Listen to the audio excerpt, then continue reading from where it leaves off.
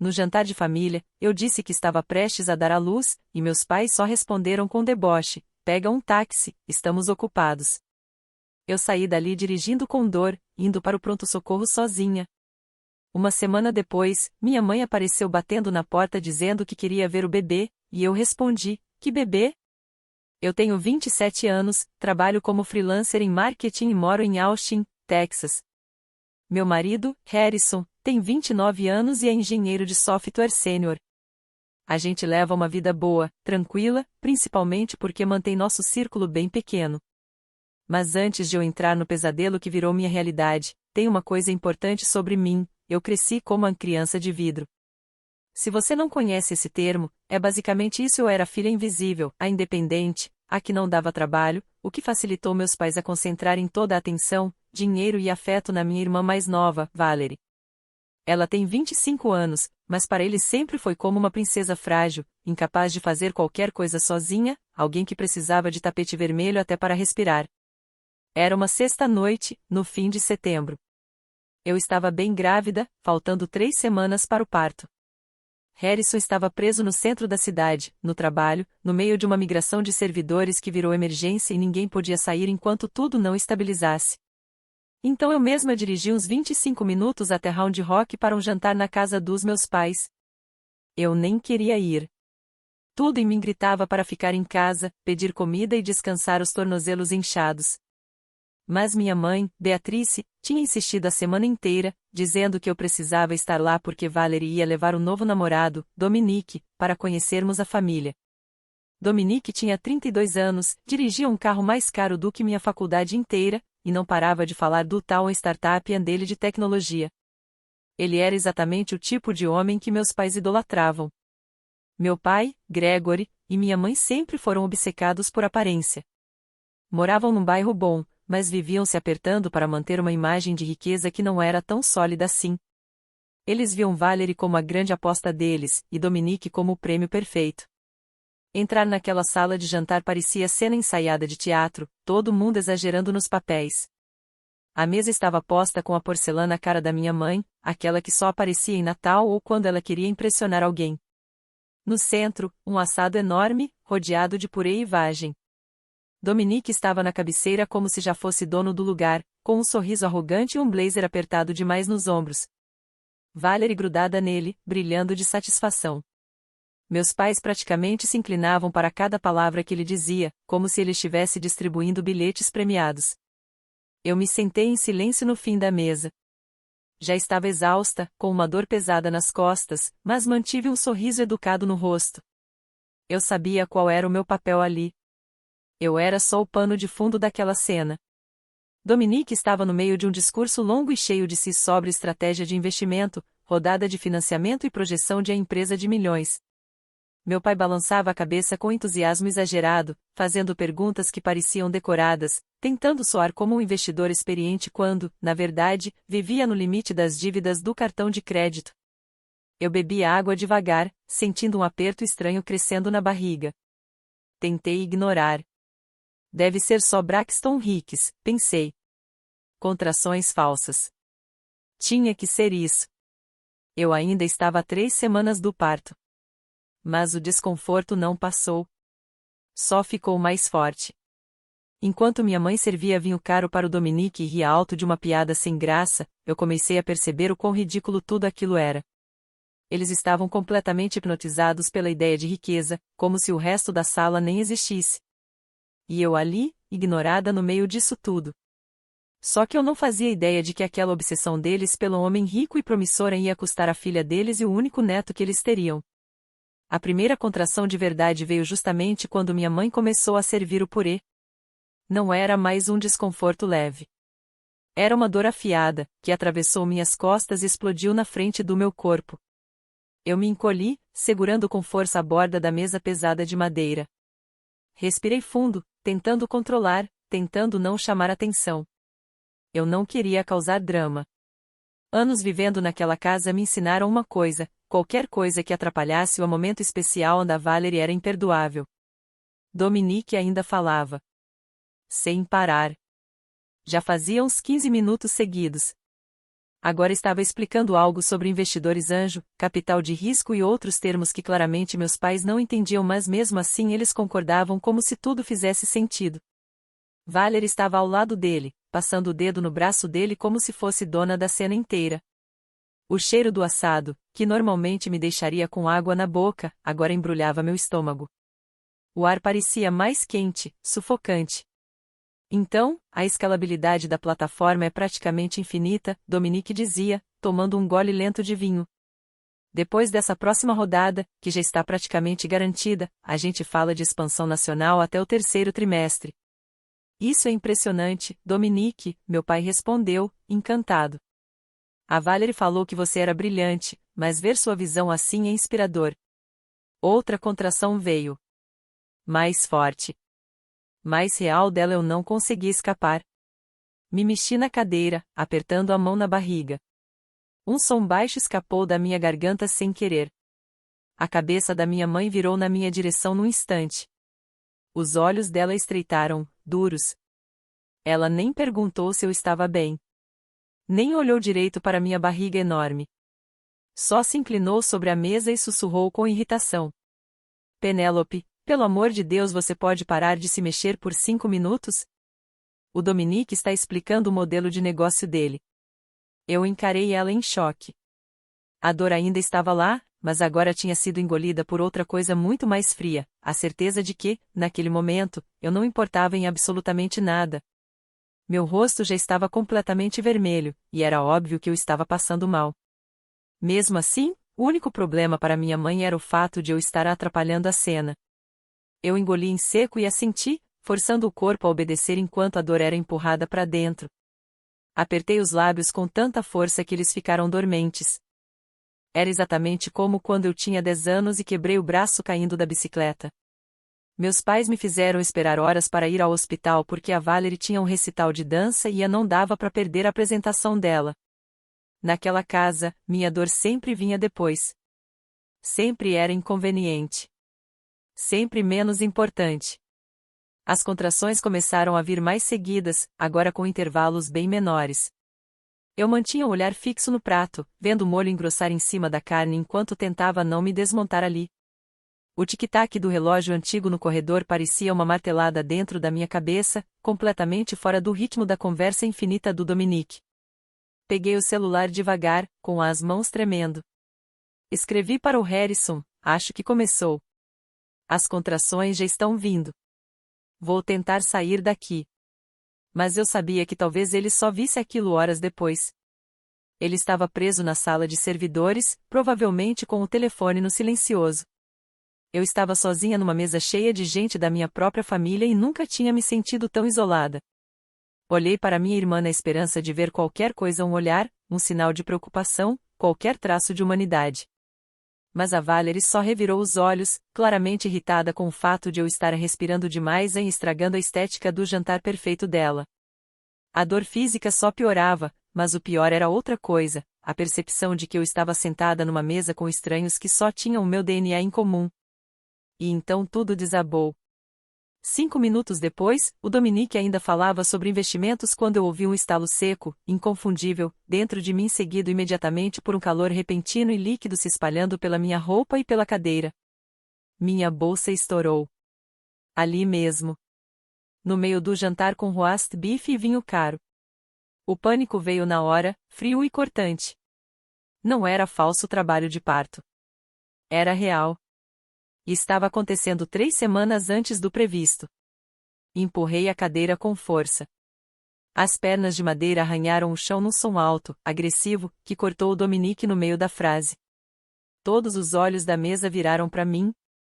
Mas o que você está fazendo, Penélope? Minha mãe disparou, com a expressão tomada por nojo.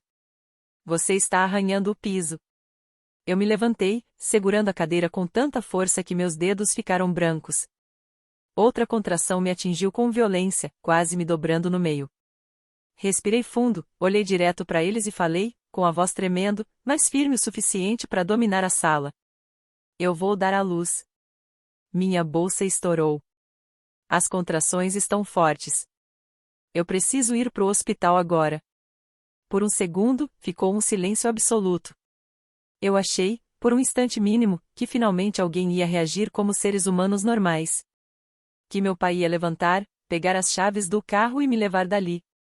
Eu esperava que minha mãe pegasse minha bolsa de maternidade no carro e dissesse que a Valerie e o Dominique teriam que terminar o jantar sozinhos. Era isso que uma família faria. Era isso que pessoas normais fariam. Mas não foi o que aconteceu. Meu pai se recostou na cadeira, cruzou os braços e soltou um suspiro longo, irritado, como se o problema ali fosse eu estar atrapalhando o ambiente. Minha mãe largou o garfo com força no prato de porcelana, o som ecoando pela sala. Ela me encarou não com preocupação mas com raiva pura. Você tá brincando comigo agora? Ela disparou. Logo no meio do jantar? O Dominique está justamente na parte mais importante da apresentação dele. Eu pisquei, sentindo a dor no meu corpo sendo engolida por uma onda de choque. Mãe, eu estou em trabalho de parto. O bebê vai nascer antes da hora. O Harrison está preso no trabalho e não atende. Eu preciso que um de vocês me leve pro Odell Medical Center. Valerie soltou uma risada curta, debochada, tomando um gole de água. Meu Deus, Penny, você sempre faz isso. Sempre precisa ser o centro das atenções, né? Não podia esperar 2 horinhas pra gente terminar a sobremesa? Eu senti uma tontura subir. Esperar 2 horas. Valerie, isso não é entrega agendada. É um bebê. Eu não controlo isso. Olhei pro meu pai, implorando em silêncio para ele agir como pai pela primeira vez na vida. Ele olhou para minha mãe, depois para o Dominique que estava claramente desconfortável, mas quieto, sem interferir em nada. Então voltou o olhar para mim. E o que tinha ali não era carinho. Nem preocupação. Era frieza. Penélope, ele disse num tom baixo, cheio de superioridade. Esse jantar é essencial para o futuro da Valerie. A startup do Dominique pode mudar tudo para essa família. Estamos discutindo um investimento sério agora.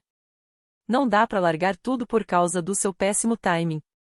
Ele pegou a taça de vinho, tomou um gole e soltou a frase que ficou marcada em mim como ferro em brasa. Pega um táxi. Estamos ocupados. A sala girou. Pega um táxi. Estamos ocupados. Aquilo doeu mais do que qualquer contração. Eles estavam escolhendo um pitch de um empreendedor promissor com sorriso ensaiado em vez da própria filha. Em vez do próprio neto lutando para nascer. Foi tão absurdo, tão errado, que por um segundo eu fiquei estranhamente lúcida. Não chorei. Não gritei. Só entendi. Naquele momento, eu não tinha paz. Peguei minha bolsa, virei as costas sem dizer mais nada e saí pela porta da frente. Quando a madeira pesada fechou atrás de mim, o calor úmido da noite no Texas me envolveu como um cobertor sufocante. Fiquei na varanda por exatamente 3 segundos, esperando a porta se abrir de novo. Esperando ouvir passos apressados, um pedido de desculpa, alguma voz dizendo que era brincadeira, que iam me levar no carro na mesma hora. Nada aconteceu. A porta continuou fechada. Pela janela da sala, eu via o brilho quente do lustre iluminando tudo. Vi as sombras da minha família voltando tranquilamente para os lugares na mesa. E, no meio disso, ouvi até uma risada baixa do meu pai por alguma coisa que o Dominique tinha dito, como se nada tivesse acontecido.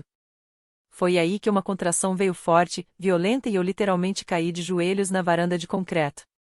Um som curto, quase sem ar, escapou de mim. A dor não era só forte. Era esmagadora, subindo pela coluna e apertando meu corpo inteiro como se tivesse sido preso por um cabo de aço. Eu me forcei a levantar. Não foi força de vontade. Foi instinto. Adrenalina pura tomando conta. Arrastei meu corpo até o carro na garagem, andando de um jeito desajeitado, pesado, com a roupa grudada no corpo de suor e líquido amniótico. Entrar no banco do motorista foi uma batalha. Cada movimento parecia rasgar alguma coisa por dentro. Liguei o carro com as mãos tremendo tanto que mal consegui girar a chave. O volante parecia longe demais, pesado demais. Liguei o ar no máximo, deixando o vento gelado bater direto no meu rosto como uma tentativa fraca de me manter consciente. Engatei a ré e saí da garagem sem olhar de novo para aquela casa. Porque naquele momento eu entendi. Aquilo nunca tinha sido um lar. O caminho de Round Rock até o Dell Medical Center, em Austin, normalmente leva uns 25, 30 minutos pela I-35. Mas em trabalho de parto, cada minuto vira uma eternidade distorcida. Entrei na rodovia segurando o volante com tanta força que minhas unhas cravaram na palma da mão. O trânsito da noite estava pesado, uma sequência interminável de luzes vermelhas na minha frente. Toda vez que uma contração vinha, eu lutava para não fechar os olhos. Eu forçava o olhar para frente, preso nas linhas brancas da pista, como se aquilo pudesse me manter no presente. Respira 4 segundos, segura 2, solta 6. Eu repetia isso na cabeça como se fosse a única coisa me mantendo funcional. Eu estava dirigindo sozinha no pior momento da minha vida, completamente sozinha. E o pior não era só a dor. Era a frase que não parava de voltar. Pega um táxi. Estamos ocupados. Ela vinha junto com cada batida do carro no asfalto, como se tivesse ficado presa no meu sistema. Como uma mãe consegue olhar para a filha implorando ajuda e dizer que ela está atrapalhando um jantar? Como um pai consegue pesar a vida do próprio neto contra um investimento promissor em escolher o investimento? Um caminhão desviou levemente para minha faixa e eu buzinei na hora, o coração quase saindo pela boca. E naquele instante eu percebi uma coisa simples e brutal. Eu não podia me dar o luxo de desmoronar agora. Se eu perdesse o foco por um segundo, eu batia o carro e meu bebê morria porque meus pais decidiram impressionar um homem chamado Dominique. Um instinto materno feroz, quase primitivo, tomou conta de mim. Eu virei só sobrevivência. As lágrimas finalmente vieram, quentes, queimando o rosto, mas não eram de tristeza. Eram de raiva pura. Raiva limpa, quase física. Apertei o acelerador com mais força, cortando o trânsito de Austin com cuidado, mas com agressividade, movida por uma única ideia: eu não precisava deles. Nunca precisei. Quando passei a saída do centro, as contrações já vinham com menos de 5 minutos de intervalo. Não eram mais ondas. Era uma pressão contínua, esmagando meu corpo sem pausa. Eu precisava de alguém para me manter presa na realidade antes que eu apagasse. Apertei o comando de voz no volante. Ligar para Jasmine. Jasmine é minha melhor amiga. A gente se conheceu na faculdade, e ela sempre foi mais irmã para mim do que a própria Valerie. O telefone tocou 2 vezes. Oi, Penny, o que foi? Ela atendeu, tranquila, com TV ao fundo. Dezen eu consegui dizer, ofegante. Outra contração travou minha fala. Eu tô em trabalho de parto. Tô dirigindo na I-35. Tô quase chegando no hospital. Teve um barulho forte do outro lado, como se ela tivesse derrubado alguma coisa. Você enlouqueceu? Por que você tá dirigindo? Cadê o Harrison? Cadê seus pais? Você não tava na casa deles? Harrison tá preso no trabalho, telefone desligado, eu falei, desviando o carro enquanto a dor atravessava minhas costas. E meus pais, eles se recusaram a me levar. Disseram para eu pegar um táxi porque eu tava atrapalhando a apresentação do Dominique. Eu vim dirigindo. Eles fizeram o quê? A voz dela mudou na hora. De preocupação para uma fúria absoluta. Penny, isso é doentio. Sério. Doentio. Eu juro que eu vou. Des. Não, me escuta. Olha pra estrada. Respira. Eu já tô indo pro Dell Medical. Tô a 15 minutos. Vou te encontrar na entrada da emergência. Tá, eu sussurrei, chorando de novo, mas dessa vez era outra coisa também, alívio. Só de alguém acreditar em mim. Vou desligar para ligar pro escritório do Harrison, ela disse rápido. Se precisar, eu tiro ele de dentro daquele servidor, nem que seja à força. Só chega viva, Penélope. Não morre, tá me ouvindo? A ligação caiu. Eu segurei o volante mais firme ainda e saí da rodovia, entrando nas ruas finais rumo ao complexo médico. A placa azul brilhante de emergência do Dell Medical Center parecia um farol no meio da noite. Eu entrei meio desgovernada na área de desembarque, coloquei o carro no parque e deixei o motor ligado. Nem pensei em guincho. Nem em multa. Nada disso existia mais. Desapertei o cinto, peguei minha bolsa e abri a porta. Minhas pernas pareciam feitas de chumbo. Eu praticamente saí me arrastando, segurando na lateral do carro para não cair. Um segurança me viu na hora. Os olhos dele arregalaram e ele já começou a gritar por uma cadeira de rodas. Em segundos, 2 enfermeiras vieram correndo pela porta automática. Calma, a gente tá com você, uma delas disse, segurando meus braços com firmeza e me ajudando a sentar. De quanto em quanto tempo estão as contrações?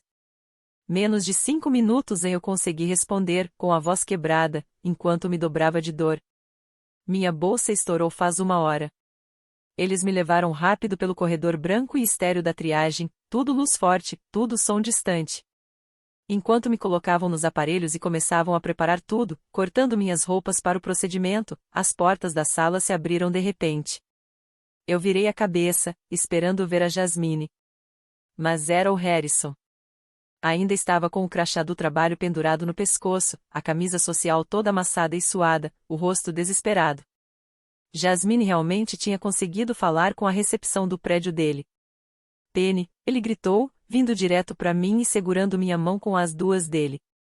Me desculpa, eu tô aqui. Eu tô aqui com você. Eu olhei para ele. Ele estava sem fôlego, com os olhos cheios de lágrimas, claramente em pânico por mim. E quando eu apertei a mão dele de volta, senti uma onda forte de alívio atravessar a dor. Eu tinha chegado. Eu estava segura. E quando os médicos entraram dizendo que eu já estava totalmente dilatada e era hora de fazer força, uma verdade me atingiu de um jeito estranho e profundo. Minha família não estava em Round Rock, jantando como se nada tivesse acontecido. Minha família estava ali, segurando minha mão. Os próximos minutos viraram horas quebradas em pedaços de dor, luz forte e vozes ao redor. O parto não é delicado, é bruto, intenso, quase primitivo. É o corpo sendo levado ao limite. Mas com o Harrison ali, tudo mudava de tom. Ele não soltou minha mão em nenhum momento. Ele limpava meu rosto suado, me dava gelo para mastigar entre as contrações e repetia, baixinho, que eu estava indo bem, que ele estava orgulhoso de mim, que eu conseguia. Jasmine chegou pouco depois de me levarem para a sala de parto. Ela ficou do lado de fora, encostada no corredor, mandando atualizações pro Harrison por mensagem para não atrapalhar os médicos. Era a forma dela de estar ali sem invadir. Quando chegou o momento final, o mundo inteiro se reduziu ao som do meu próprio coração batendo forte nos ouvidos. E então veio outro som. Um choro alto, agudo, vivo, um grito que cortou o ar estéril do hospital e mudou tudo em um segundo. É um menino, o médico disse, sorrindo por trás da máscara. Limparam ele rapidamente e colocaram direto no meu peito. Ele era pequeno, vermelho, perfeito, com um cabelo escuro que lembrava o Harrison. No instante em que sentiu minha pele, parou de chorar. As mãozinhas fecharam devagar, como se já soubessem onde era o lugar dele. Eu olhei para ele e senti algo dentro de mim se partir e se reconstruir ao mesmo tempo. Foi uma onda absurda de amor, forte demais para caber no corpo. Harrison se inclinou sobre mim, encostando a testa na minha, chorando sem tentar esconder. As lágrimas dele caíam no meu rosto. Ele é perfeito, Penny, você conseguiu, você foi incrível. Nas primeiras horas depois, tudo ficou em silêncio. Os enfermeiros diminuíram as luzes. O barulho dos aparelhos virou só um fundo distante, quase como uma respiração da sala. E o que tinha acontecido naquela noite parecia algo muito longe dali. Eu fiquei observando meu filho dormir, vendo o peito dele subir e descer tão devagar. E ali, alguma coisa muito forte nasceu dentro de mim. Um instinto bruto, quase primitivo. Eu era mãe agora. Meu único trabalho era proteger aquele ser minúsculo de qualquer coisa que pudesse machucar ele. E foi nesse exato pensamento que a lembrança do jantar voltou, como um flash desconfortável. A mesa posta, o cheiro da carne, o som das taças, a expressão do meu pai dizendo para eu chamar um táxi como se eu fosse um incômodo qualquer. Eu olhei pro meu bebê. Tentei imaginar uma única situação no universo inteiro em que ele viesse até mim em desespero, precisando de ajuda e eu escolhesse ouvir um estranho falando sobre dinheiro. Não fazia sentido. Era desumano. A felicidade do nascimento começou a se misturar com uma clareza fria, dura. A versão de mim que sempre aceitava ser invisível morreu naquela sala de parto. E no lugar dela ficou outra pessoa. Alguém que, se fosse preciso, incendiaria o mundo inteiro para proteger aquele menino. Era por volta das 2 da manhã quando a bolha de silêncio do quarto finalmente foi quebrada. O bebê dormia no bercinho ao lado da cama. Harrison estava na poltrona, tomando um café horrível de hospital. Eu estendi a mão até a mesa de cabeceira e peguei meu celular, só para ver as horas. A tela acendeu. Várias chamadas perdidas. Todas dos meus pais. Nenhuma mensagem perguntando se eu estava viva. Nenhuma pergunta sobre o bebê. Só ligações e 2 mensagens de voz. Meu estômago apertou de um jeito familiar, automático, como se o corpo já soubesse o que vinha antes mesmo de ouvir. Velhos hábitos morrem devagar. Uma parte de mim, aquela versão infantil e patética que ainda buscava a aprovação da minha mãe, queria acreditar que aquelas mensagens fossem um pedido de desculpas. Que talvez, depois de eu sair daquela casa daquele jeito, eles tivessem caído na real. Que talvez sentissem culpa. Harrison, meus pais deixaram mensagens de voz, eu disse, com a voz rouca. Ele largou o café na hora. O maxilar dele travou. Veio até a cama, pegou o celular com cuidado e falou num tom calmo. Você quer ouvir? Não precisa. Eu apago agora mesmo. Não, eu respondi rápido. Coloca no viva voz. Ele apertou a tela. A voz da minha mãe preencheu o quarto silencioso do hospital. Não tinha choro. Não tinha desespero. Era fria. Cortante. Irritada. Penélope, aqui é sua mãe. Já são 23h30. Seu pai e eu estamos profundamente decepcionados com a sua saída dramática hoje. A Valerie estava chorando. Você estragou completamente o clima do jantar e o Dominique teve que ir embora mais cedo por causa do constrangimento. Eu não entendo por que você sempre precisa fazer tudo girar em torno de você. O bebê nem estava previsto agora, você claramente teve só contrações de treinamento e exagerou para chamar atenção. Me liga amanhã e pede desculpa para sua irmã.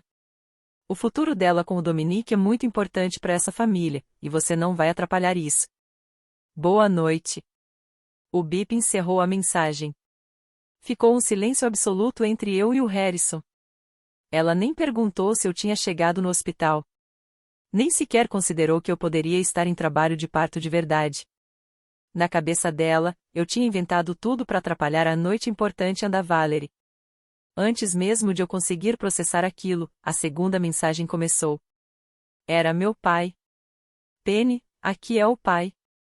Olha, sua mãe está muito chateada. Aquela janta era importante. Estamos falando de estabilidade financeira, oportunidades reais de investimento com a empresa do Dominique. Você sabe como as coisas estão apertadas pra gente. Não dá pra você fazer uma crise hormonal e espantar um cara que pode resolver a vida da sua irmã e a nossa também. Espero que você conserte isso. Nos avisa quando parar de fazer drama. Bip. O silêncio depois disso não era só silêncio. Era pesado. Sujo. Como se o ar do quarto tivesse sido contaminado só pela voz deles. Eu não tinha paz. Eu tinha pessoas viciadas na própria ilusão de status, dispostas a jogar a filha grávida no chão para não perder uma oportunidade com um estranho qualquer. Harrison se levantou devagar. O rosto dele tinha mudado. Não era mais só raiva. Era algo frio, controlado, perigoso. Eu estava com ele há 7 anos e nunca tinha visto aquele olhar. Eles estão completamente fora da realidade, ele disse, a voz baixa, tremendo de raiva contida. Estão te culpando por uma emergência médica. Não perguntaram de você. Não perguntaram do próprio neto. Eles estão preocupados com o investimento. Eu olhei para as minhas mãos apoiadas no lençol do hospital. A voz saiu baixa, cansada. Meu pai falou que as coisas estão apertadas financeiramente e acho que eles estão tentando usar o Dominique como uma saída, como um resgate mesmo. Eles estão desesperados, Harrison. Mas isso não muda nada. Não justifica o que fizeram comigo. Eles me deixaram dirigir na estrada em trabalho de parto ativo. Engoli seco. Eu podia ter batido. A gente podia ter morrido. Falar em voz alta fez tudo cair em cima de mim de uma vez, como uma onda forte demais para segurar. Olhei pro bercinho ao lado. Meu filho dormia tranquilo, alheio a tudo. E só de imaginar minha mãe perto dele, aquela energia manipuladora, sufocante, meu corpo inteiro rejeitou a ideia. E pensar no meu pai olhando para ele como se fosse um incômodo me deu náusea. Harrison sentou na beira da cama e segurou meu rosto com as duas mãos. Penny, olha para mim. Você nunca mais volta para aquela casa. Eles nunca mais chegam perto de você ou do nosso filho. Chega. Eu fiquei anos vendo eles te tratando como se você fosse menor, e fiquei quieto porque você pediu. Mas acabou. O que eles fizeram hoje passou de qualquer limite. Meus olhos encheram de lágrimas, mas dessa vez não era dor. Era alívio. Eu assenti devagar. Eu sei, eu também não volto mais. Harrison pegou meu celular sem nem perguntar. Simplesmente começou a mexer. Vou bloquear sua mãe e seu pai, a Valerie também. Eu só observava. Toque. Bloquear. Toque. Bloquear. A cada contato removido, era como se algo pesado fosse se soltando do meu peito. Uma sensação estranha, quase de luto. Como se eu estivesse enterrando não eles, mas a versão deles que eu sempre quis que existisse. Os pais que eu gostaria de ter tido. Os que eu merecia. Pronto, ele disse, jogando o celular na mesa, de tela para baixo. Em seguida, pegou o dele e fez o mesmo. Um por um. Se quiserem falar com a gente, não vão conseguir. Para mim, eles acabaram, Penny. Eu me encostei nos travesseiros e respirei fundo, tremendo. Era estranho, depois de 27 anos, não precisar mais pensar em agradar, evitar conflito, pisar em ovos por causa da Valerie. E se eles surtarem quando perceberem que foram bloqueados? Eu perguntei baixo, já conhecendo minha mãe o suficiente para isso. Ela não aceitava silêncio. Para ela, limite era afronta. Harrison olhou para o nosso filho dormindo e depois voltou para mim. Os olhos dele estavam duros, firmes. Eles podem fazer o show que quiserem, vai bater numa parede. E se aparecerem na nossa casa, eu resolvo. Você só se recupera e cuida do nosso bebê. Ele respirou fundo. Agora somos uma família. Só nós três. Fechei os olhos, sentindo o cansaço finalmente me puxar para baixo. A guerra não tinha começado ali. Mas naquele momento, a ponte entre nós já tinha sido queimada.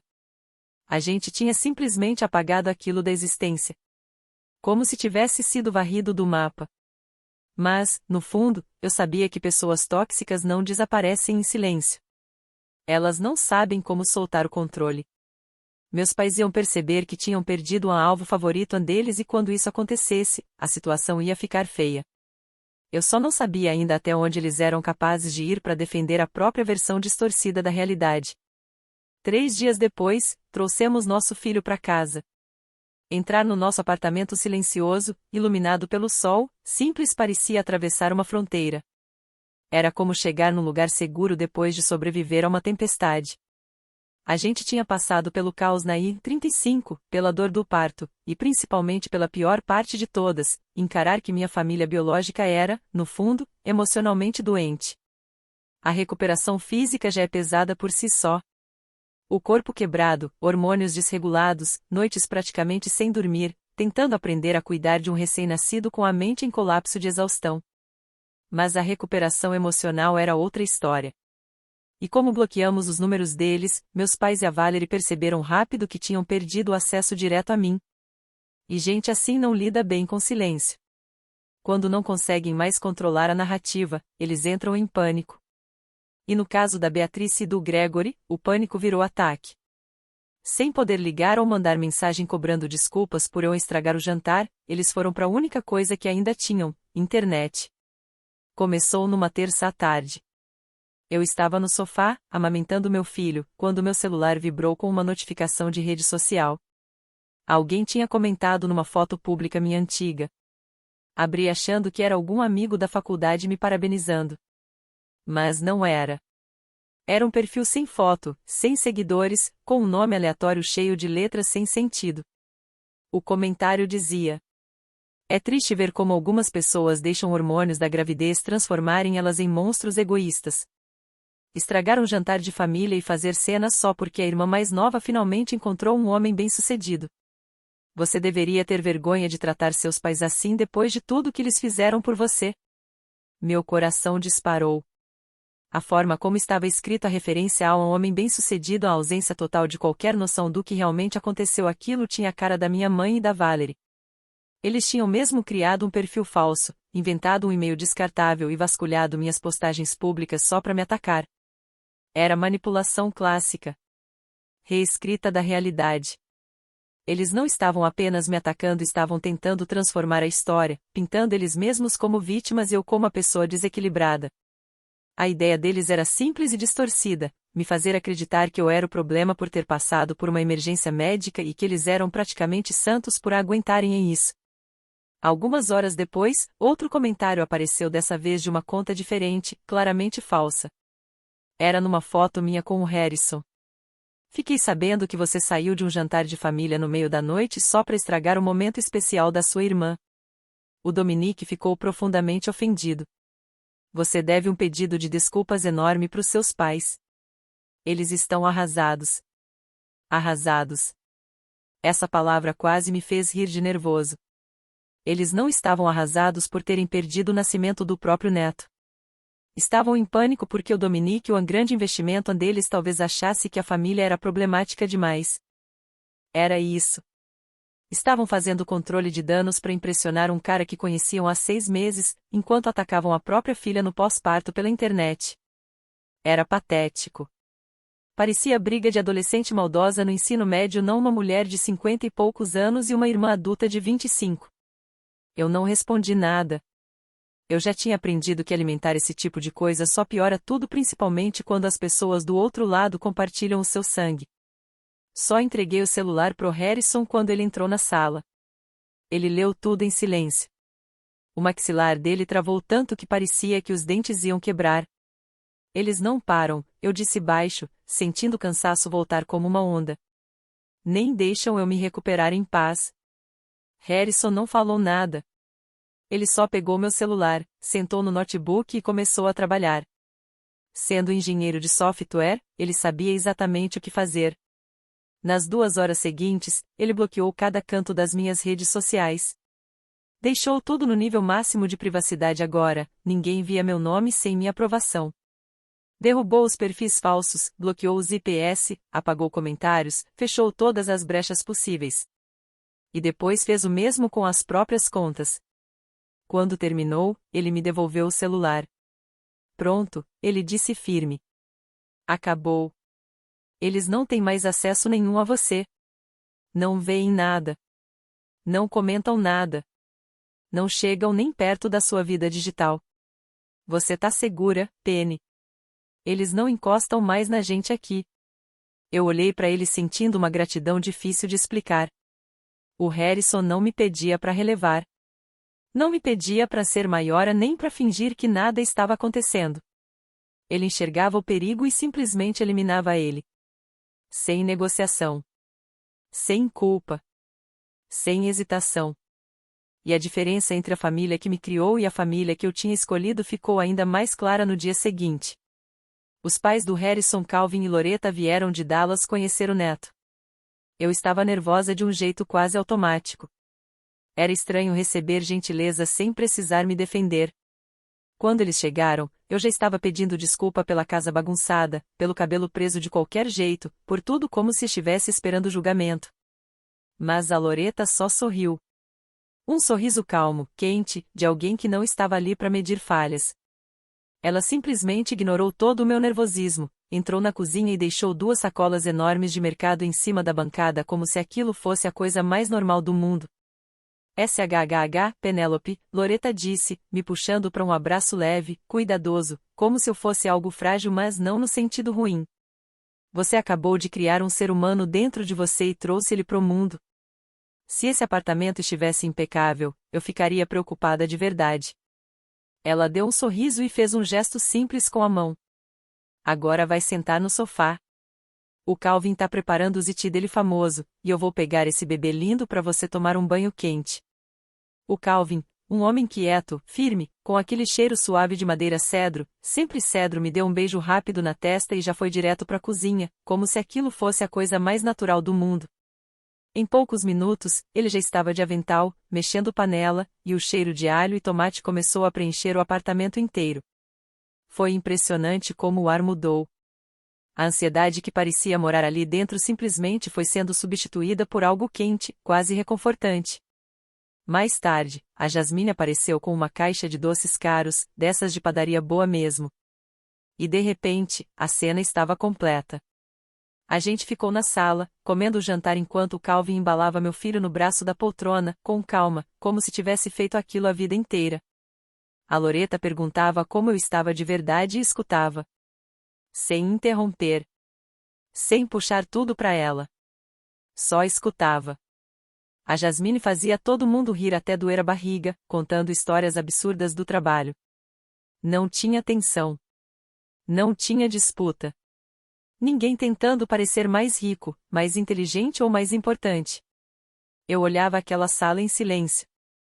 A forma como eles cuidavam de mim e do meu filho sem exigir nada em troca, sem jogo, sem condição. E ali eu entendi algo que demorou anos para fazer sentido. Família não é sangue. Família é presença. É quem aparece quando você tá quebrada. É quem fica quando tudo tá caótico.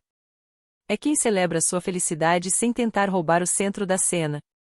Meus pais passaram a vida inteira me fazendo sentir que eu precisava merecer um lugar na mesa deles. O Calvin, a Loretta, a Jasmine e o Harrison simplesmente puxaram uma cadeira e colocaram um prato na minha frente. O eco do que meus pais fizeram ainda existia, lá no fundo da minha cabeça, mas cada risada naquela sala ia apagando um pouco aquilo. Naquela noite eu dormi com uma sensação que eu não sentia há muito tempo. Cheia. Mas o problema é que a vida tem um jeito estranho de testar limites exatamente quando você acha que finalmente construiu um muro alto o suficiente. Calvin e Loretta ficaram com a gente 3 dias. 3 dias leves, tranquilos, quase irreais. Quando eles foram embora, o apartamento ficou mais silencioso, mas não era um silêncio ruim. Era um silêncio que descansava. A gente finalmente começou a entrar no ritmo com o bebê. E, graças às configurações de privacidade do Harrison, a tentativa de ataque online simplesmente parou. Sumiu. Eu comecei a acreditar, de verdade, que tinha acabado. Que talvez meus pais tivessem entendido que tinham perdido o controle e voltado para a vida vazia deles em Round Rock. Eu fui ingênua. Era sábado de manhã. Harrison estava na cozinha preparando café, e eu estava sentada no tapete da sala fazendo uns alongamentos leves enquanto o bebê dormia no balanço. A casa estava em silêncio daquele tipo raro, quase frágil. Até que a campainha tocou. Não foi um toque educado. Foi uma sequência agressiva, 3 toques seguidos, rápidos demais, como se a pessoa do outro lado achasse que tinha direito de invadir qualquer coisa. Harrison parou na hora. A cafeteira ficou no ar por um segundo antes dele largar de volta no fogão. Estamos esperando alguma entrega? Ele perguntou, já indo pegar o celular para ver a câmera da porta. Eu vi a expressão dele mudar imediatamente. O rosto perdeu a cor. Os olhos ficaram duros. Ele me olhou como se tivesse acabado de ver algo absurdo demais para ser real. São eles, ele disse baixo. Seus pais e a Valerie. Meu estômago despencou. Foi como se o corpo inteiro tivesse levado um choque. Minhas mãos ficaram frias na hora, e eu levantei do tapete sem nem pensar. Fui até ele e olhei a tela do celular. Lá estavam. Em pé no nosso tapete de entrada, como se aquilo fosse uma visita qualquer de fim de semana. Meu pai, Gregory, vestido com uma camisa polo impecável, olhando ao redor do corredor como se estivesse avaliando um imóvel. Valerie logo atrás, olhando o celular, entediada, como se aquilo tudo fosse perda de tempo. E minha mãe, Beatrice, na frente. Segurando balões azuis brilhantes baratos, claramente de última hora com a frase "é um menino" estampada. E um saquinho de presente mal embrulhado na outra mão. Era quase cômico. Quase. Se não fosse completamente absurdo. Eles tinham me ignorado em trabalho de parto. Tinham me mandado pegar um táxi. Tinham deixado mensagens me culpando por estragar o jantar. Tinham me atacado online como se eu fosse o problema da história inteira. E agora, por que não conseguiam mais me alcançar digitalmente, simplesmente apareceram na minha porta como se nada tivesse acontecido. Como se um pacote de balões resolvesse tudo. Não abre, Harrison disse firme, já conferindo a trava da porta. Eu falo com eles pela câmera. Ou chamo a polícia. Eu fiquei olhando para a tela. Uma parte de mim antiga, aquela que sempre engolia tudo, queria simplesmente fugir pro quarto e deixar ele resolver. Mas então eu ouvi meu filho respirando ali atrás. Calmo. Pequeno. E alguma coisa mudou dentro de mim. Uma coisa quente. Firme. Eu não ia deixar aquilo passar de novo. Não, eu disse, a voz mais estável do que eu esperava. Eu vou falar com eles. Olhei de novo para a tela. Eu preciso olhar na cara deles e encerrar isso de vez. Harrison olhou para mim e percebeu na hora que eu não ia recuar. Ele assentiu uma vez, deu um passo pro lado, mas ficou colado em mim, claramente pronto para intervir se precisasse. Eu respirei fundo, destravei a fechadura com um clique seco e abri a porta. O rosto da Beatrice mudou instantaneamente para aquele sorriso exagerado, forçado, quase ensaiado. Penélope, surpresa, querida. Trouxemos presentes pro bebê. Ela deu um passo para frente, mas parou no meio do caminho quando percebeu que eu não ia me mover nem um centímetro. Vamos, deixa a gente entrar, Penny. Tá quente aqui no corredor. Cadê meu netinho lindo? Vocês não vão entrar, eu disse. Minha voz saiu baixa, firme, completamente vazia de emoção. Gregory soltou um suspiro irritado, estufando o peito como se ainda tivesse algum tipo de autoridade ali. Penélope, chega dessa infantilidade. Bloquear nossos números foi uma atitude ridícula. Viemos aqui para fazer as pazes. Trouxemos presentes. Para de drama e abre essa porta. Fazer as pazes? Harrison deu um passo à frente na hora. A voz dele veio afiada, perigosa. Vocês deixaram ela em trabalho de parto para ir terminar um jantar de carne assada. Não tem o direito de aparecer com um balão barato e fingir que isso tá normal. A Valerie finalmente levantou os olhos do celular, revirando-os com aquele desprezo automático dela. Meu Deus, Harrison, vocês são obcecados em se fazer de vítimas. Ela tinha tempo de sobra para chegar no hospital. O Dominique estava no meio de uma proposta importante. Foi só um mau timing. Supera isso. Eu olhei para minha irmã. E percebi uma coisa estranha. Não tinha mais nada ali. Nem raiva. Nem dor. Nem vínculo. Só um tipo de vazio frio. Quase clínico. Eu não tô me fazendo de vítima, Valerie, eu disse com calma. Eu só tô colocando um limite. Olhei pros três. Vocês são um problema. Vocês são obcecados com dinheiro, status e aparência e deixaram muito claro o quanto eu valho para vocês. Pausa. Menos do que um pitch de startup. O rosto da Beatrice ficou vermelho na hora. A máscara de uma avó carinhosa simplesmente caiu, como se nunca tivesse existido. Como você ousa falar assim com a gente? Ela cuspiu, apontando o dedo para mim. Nós somos seus pais. Nós te criamos. Nós temos direito de ver essa criança. Você não pode impedir seus avós de vê-lo. Abre essa porta agora, Penélope, ou você vai se arrepender. Eu ri. Um som seco. Amargo. Sem humor nenhum. Direito? A raiva que eu carregava desde aquela noite finalmente explodiu. Eu dei um passo para frente, encurtando a distância até ficar quase encostando nela. Vocês querem ver o meu neto? Eu perguntei, e minha voz já não estava mais calma. Ela vinha carregada de tudo que eu engoli por anos. Querem brincar de avós carinhosos agora? Soltei uma risada curta, sem humor nenhum. Engraçado isso, Beatrice, porque uma semana atrás, quando eu estava na sua sala de jantar, em trabalho de parto, pedindo ajuda, morrendo de medo de perder meu bebê, vocês não se importaram nem um pouco com ele. O Gregory não se importou. Virei o olhar pro meu pai. Ele teve a coragem de parecer desconfortável. Apontei para ele, o dedo tremendo de raiva. Você mandou eu chamar um táxi, eu disse, a voz ecoando pelo corredor. Você disse que estava ocupado. Então deixa eu te perguntar uma coisa: que neto é esse que você tá dizendo que quer ver? Porque aqui não tem nenhum neto para você. Pausa. Vocês me mandaram embora. Então eu fui embora de vez. O silêncio que veio depois foi pesado. Quase sufocante. A Beatriz abriu a boca, mas não saiu nada. Nenhuma justificativa. Nenhuma desculpa. Só o vazio daquilo tudo batendo de volta nela. E foi aí que o Harrison deu um passo à frente. A mão dele pousou no meu ombro. Firme. Protetora. Vocês ouviram ela, ele disse, frio. Aqui não existe família para vocês. Peguem isso e vão embora.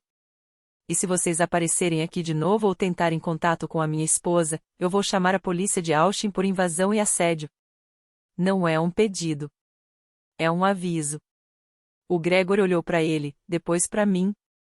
Abriu a boca como se fosse responder, mas travou. Algo no olhar do Harrison fez ele engolir seco.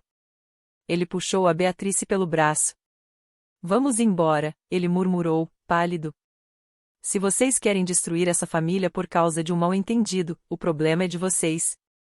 E largou a sacola no chão. A Valerie já tinha virado e praticamente corrido pro elevador, claramente só querendo sair dali antes que piorasse. A Beatriz me lançou um último olhar. Cheio de veneno. E foi embora. Eu não esperei o elevador fechar. Entrei de volta em casa e bati a porta com força. O som ecoou pelo apartamento inteiro.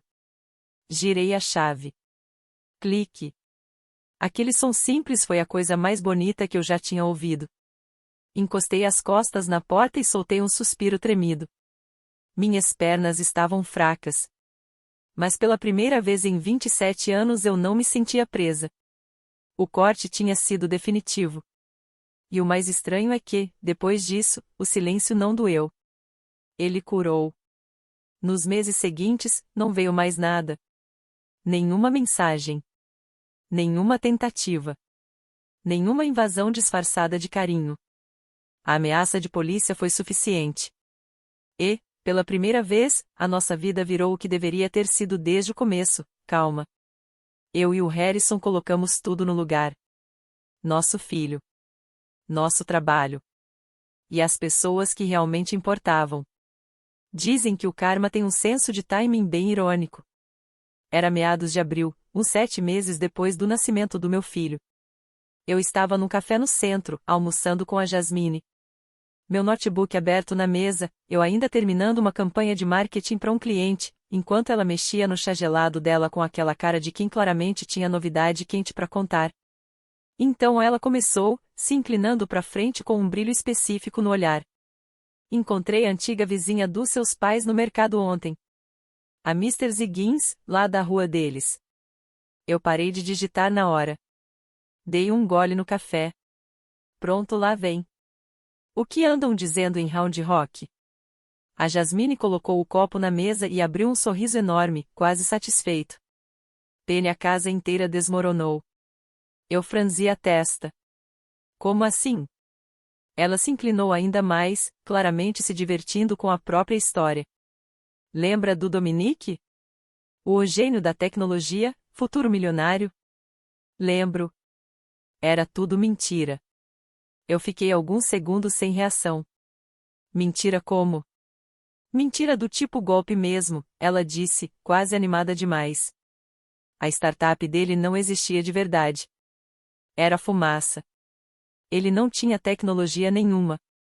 Só pegava dinheiro de investidores, pagava salário alto para ele mesmo, alugava carro de luxo para parecer rico e a empresa não entregava absolutamente nada. Eu me encostei na cadeira. Aquilo começou a fazer sentido de um jeito estranho e amargo. E os investidores começaram a pedir auditoria alguns meses atrás, ela continuou. Aí tudo desabou. Ele declarou falência, sumiu do mapa, largou a Valerie e fugiu para não responder por fraude. Eu fiquei olhando para ela em silêncio por um momento. A ironia era quase absurda. Meus pais tinham destruído o relacionamento comigo para idolatrar um homem que, no fim das contas, era só um golpe bem montado. Caramba, eu soltei baixo. Eu sabia que ele era vazio, mas não imaginava que era literalmente uma fraude inteira. E a Valerie? Perguntei. A Jasmine respirou fundo, como se estivesse guardando a parte mais pesada para depois. Ficou pior. Meu estômago já começou a apertar. Lembra do seu pai falando que as coisas estavam apertadas financeiramente? E das tais oportunidades de investimento no jantar? Eu congelei um pouco. Não me diz. Pois é, ela disse, séria agora. Segundo a Mr. Ziggins, seus pais fizeram um segundo empréstimo com a casa para investir pesado na empresa dele. Eles acharam que estavam entrando no início do próximo grande boom da tecnologia. Eu não disse nada. Quando Dominique sumiu, o dinheiro sumiu junto. O silêncio ficou pesado entre nós. Eles estão prestes a perder a casa em Round Rock, ela completou. E a Valerie voltou para morar com eles porque tá atolada em dívida de cartão tentando bancar o estilo de vida dele. Eles estão completamente destruídos, Penny. Financeira e socialmente. A garçonete colocou nossas saladas na mesa. Eu fiquei ali, olhando pro prato, esperando sentir alguma coisa parecida com satisfação, talvez até vingança emocional. Eu achei que ia sentir vontade de comemorar a queda deles. Mas, sinceramente, o que veio foi outra coisa, um peso estranho, quase uma pena profunda. Eles acabaram sendo vítimas da própria ganância. Caíram numa armadilha que eles mesmos construíram, uma espécie de ilusão de status, onde parecer rico valia mais do que qualquer coisa real, como trabalho, caráter ou até família. Eles apostaram tudo, a filha, o neto, a casa, tudo como se fosse atalho para uma vida que eles nunca construíram de verdade. E perderam tudo. Eu quase sinto pena deles, eu admiti baixo. A Jasmine encostou a mão na minha por cima da mesa. Não sente. Eles escolheram isso, Penny. Eles te viram em dor, precisando de ajuda, e te mandaram chamar um táxi porque estavam ocupados entregando dinheiro para um golpista. O universo só devolveu exatamente o que eles plantaram. E ela estava certa. Aquilo não era mais meu peso para carregar. Nem meu problema para resolver.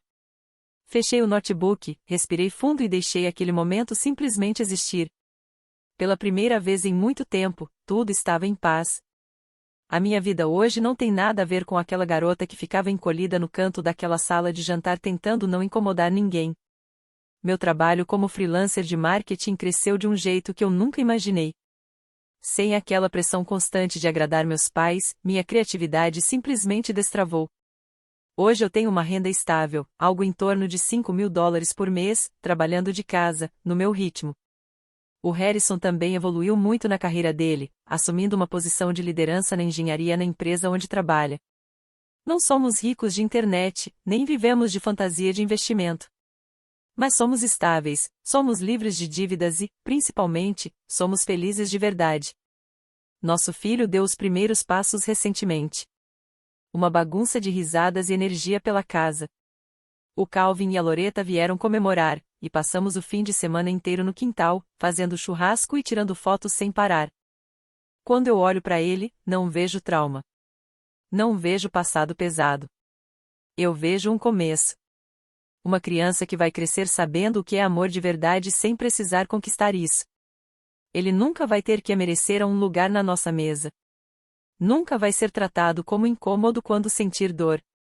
Às vezes, de madrugada, quando a casa está em silêncio, eu penso nessa ideia de família. A sociedade coloca muito peso no sangue. Como se só por existir parentesco, você fosse obrigado a aceitar tudo. Mas a verdade é mais simples. Sangue só te torna parente. O que te torna família é cuidado, respeito e presença. Meus pais escolheram uma ilusão de riqueza em vez da realidade. Escolheram um estranho em vez da própria filha. E hoje eles estão presos no mundo que eles mesmos desmontaram, lidando com as consequências das escolhas deles. Enquanto isso, eu estou vivendo uma vida que dinheiro nenhum compraria. Eu quebrei um ciclo que vinha há anos. E isso começou no dia em que eu saí daquela casa e dirigi pela Interstate 35, sem olhar para trás. Foi o momento mais difícil da minha vida, mas também foi o que me trouxe exatamente até aqui. E no fim, a pergunta continua no ar. Eu estaria errada por fechar a porta para minha própria família depois de tudo que fizeram, ou foi exatamente isso que protegeu meu filho? O que você teria feito no meu lugar?